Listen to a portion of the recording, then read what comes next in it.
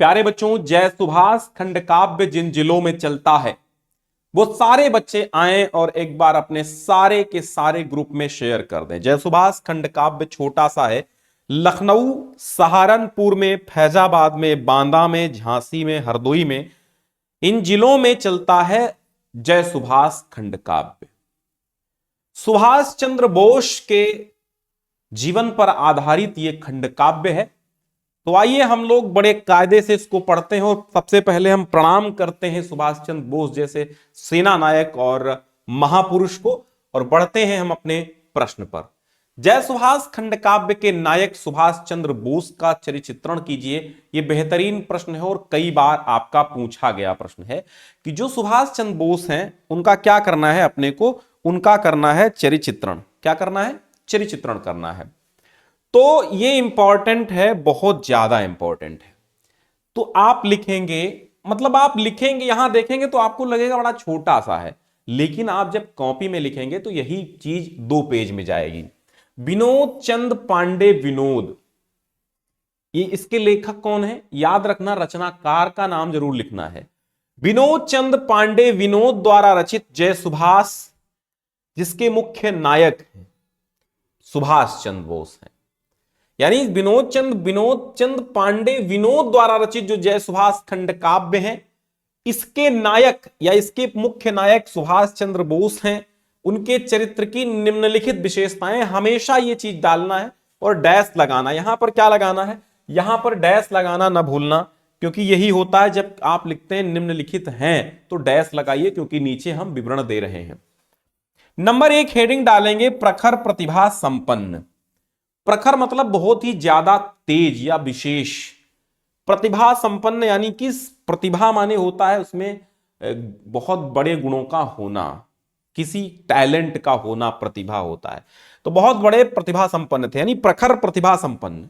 तो आप लिखेंगे नेताजी सुभाष चंद्र बोस जो थे बचपन से ही कुशाग्र बुद्धि के थे, कुशाग्र बुद्धि के छात्र थे। उन्होंने मैट्रिक, एफए तथा बीए की परीक्षाएं प्रथम श्रेणी में उत्तीर्ण की। ये एफए है, ये एमए नहीं है, याद रखना।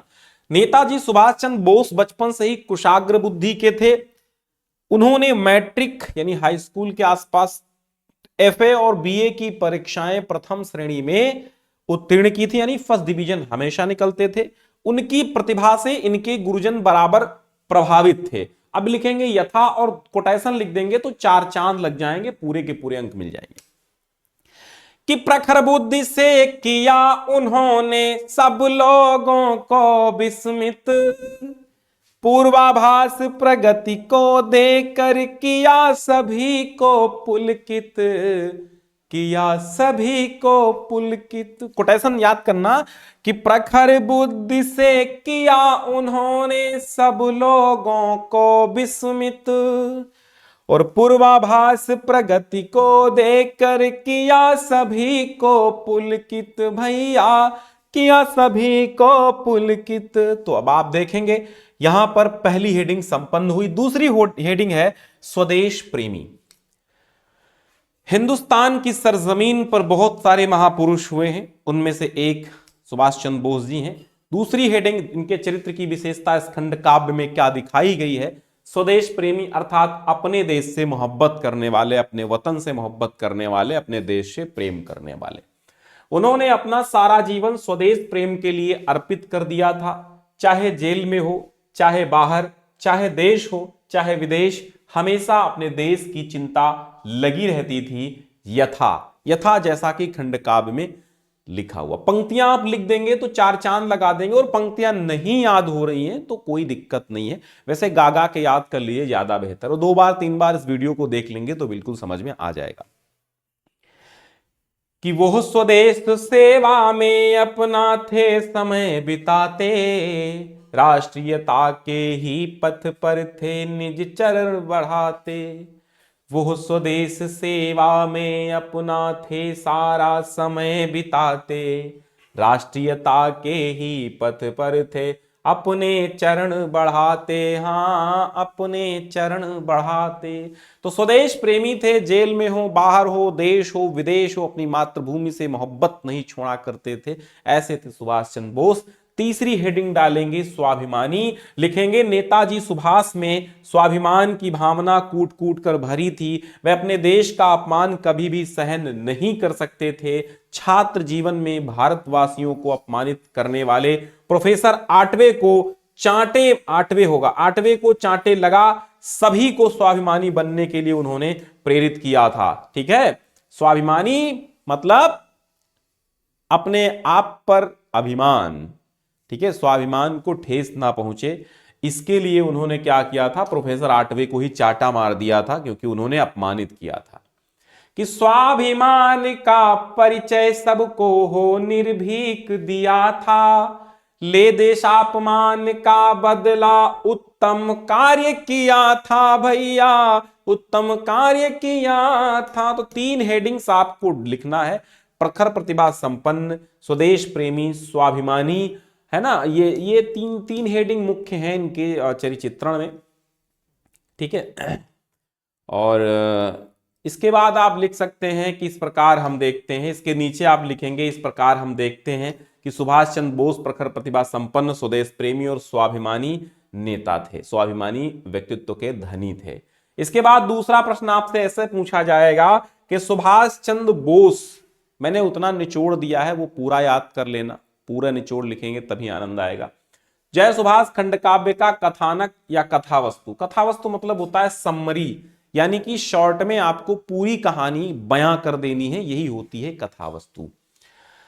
तो अपनी भाषा में लिखिए, जय सुभाष खंड काव्य का कथानक अपनी भाषा में लिखिए, या सारांश अपनी भाषा में लिखिए, या प्रमुख घटनाओं का उल्लेख अपनी भाषा में कीजिए। तो बात एक ही है, प्रमुख घटनाएं कहे, सारांश कहे, चाहे आपसे कथावस्तु कहे, चाहे कथानक कहे, उत्तर एक ही होता है, सारांश आपको बताना है। तो आप जब लिखेंगे तो लिखना स्टार्ट करेंगे तो क्या स्टार्ट करेंगे, जय सुभाष खंड काव्य श्री विनोद चंद्र पांडे विनोद जी द्वारा रचित वीर रस से परिपूर्ण काव्य है। इसका कथानक 7 सर्गों में विभक्त है। सारांश इस प्रकार है, सही कर लीजिएगा, सारांश इस प्रकार है। तो अब आप सारांश देखिए, क्या सारांश है, बड़े ध्यान से समझना, नहीं तो लिख नहीं पाओगे। यानी स्टेप बाय स्टेप चीजें अगर समझेंगे तो पूरा लिख देंगे। नेताजी सुभाष चंद्र बोस का जन्म होता है कब, 23 जनवरी सन 1897 ईस्वी को। कब होता है, 23 जनवरी सन 1897 ईस्वी को नेताजी सुभाष चंद्र बोस जी का जन्म होता है। कटक नगर में होता है। कहां होता है, कटक नगर में हुआ था। इनके पिता का नाम था जानकी नाथ बोस, बिल्कुल जीवन परिचय की तरह। सुभाष बाल्यकाल से ही बुद्धिमान, साहसी एवं देशभक्त थे। छात्र जीवन में ही उनकी प्रतिभा का परिचय मिल गया था। मैट्रिक पास करने के बाद भारत के विभिन्न तीर्थों में भ्रमण के लिए गए थे। इंग्लैंड में कैम्ब्रिज यूनिवर्सिटी से उन्होंने आईसीएस परीक्षा उत्तीर्ण की थी, ठीक है, इंडियन सिविल सर्विस की। 1918 में 1918 में जब वे 21 साल के थे तो कलकत्ता में कांग्रेस का अधिवेशन हुआ था।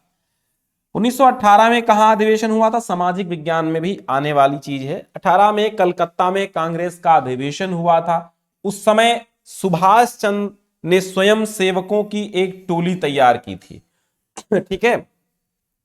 वे कलकत्ता नगरपालिका के मेयर चुने गए थे, ठीक।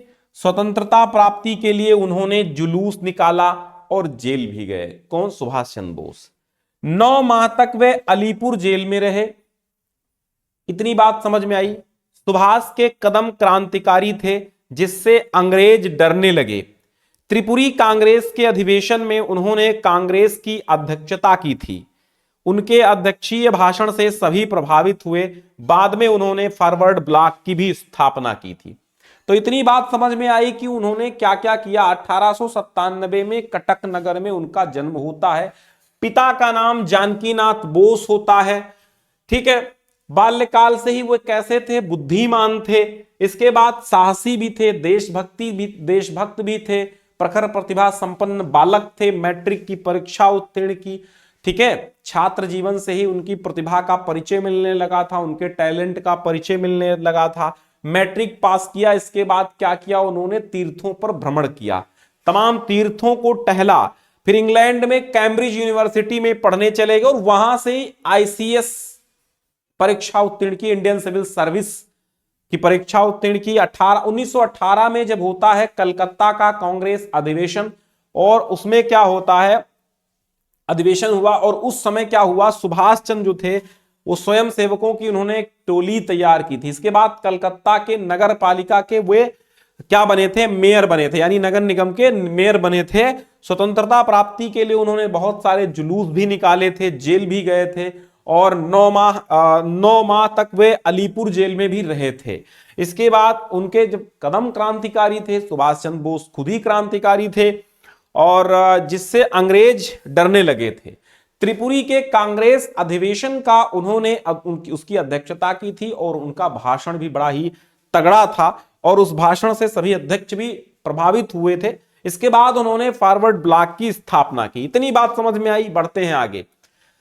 फॉरवर्ड ब्लॉक नामक दल की स्थापना की थी या बनाया था उन्होंने। अंग्रेजों द्वारा स्थापित ब्लैक हॉल स्मारक का विरोध किया, फलस्वरूप उन्हें जेल में डाल दिया गया। 1941 में उन्होंने मौलवी का वेश धारण किया और विदेश चले गए। वे पेशावर होते हुए जर्मनी पहुंचे। जर्मनी, वहां उन्होंने आजाद हिंद फौज का गठन किया।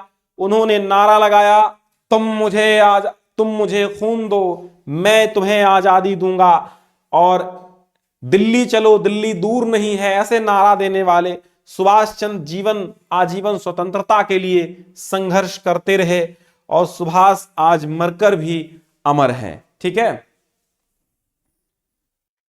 तो बस इतना ही था आपका जय सुभाष खंड काव्य, और बस आपको इतना ही लिखना है। ठीक है, तो कैसा लगा मुझे जरूर बताइएगा, और अपने सारे दोस्तों को सारे ग्रुप में शेयर कर दीजिए, क्योंकि ये आपके लिए अप्रतिम क्षण है कि आपको अच्छे से अच्छा अध्ययन करने को मिल रहा है। तो यहां पर 2 चीजें हमने आपको बताई, एक तो चरिचित्रण और दूसरा आपको सारांश। यही 2 चीजें आपको बेहतरीन ढंग से तैयार करनी है, यही 2 चीजें बार बार पूछी जाती हैं। ठीक है, चलिए।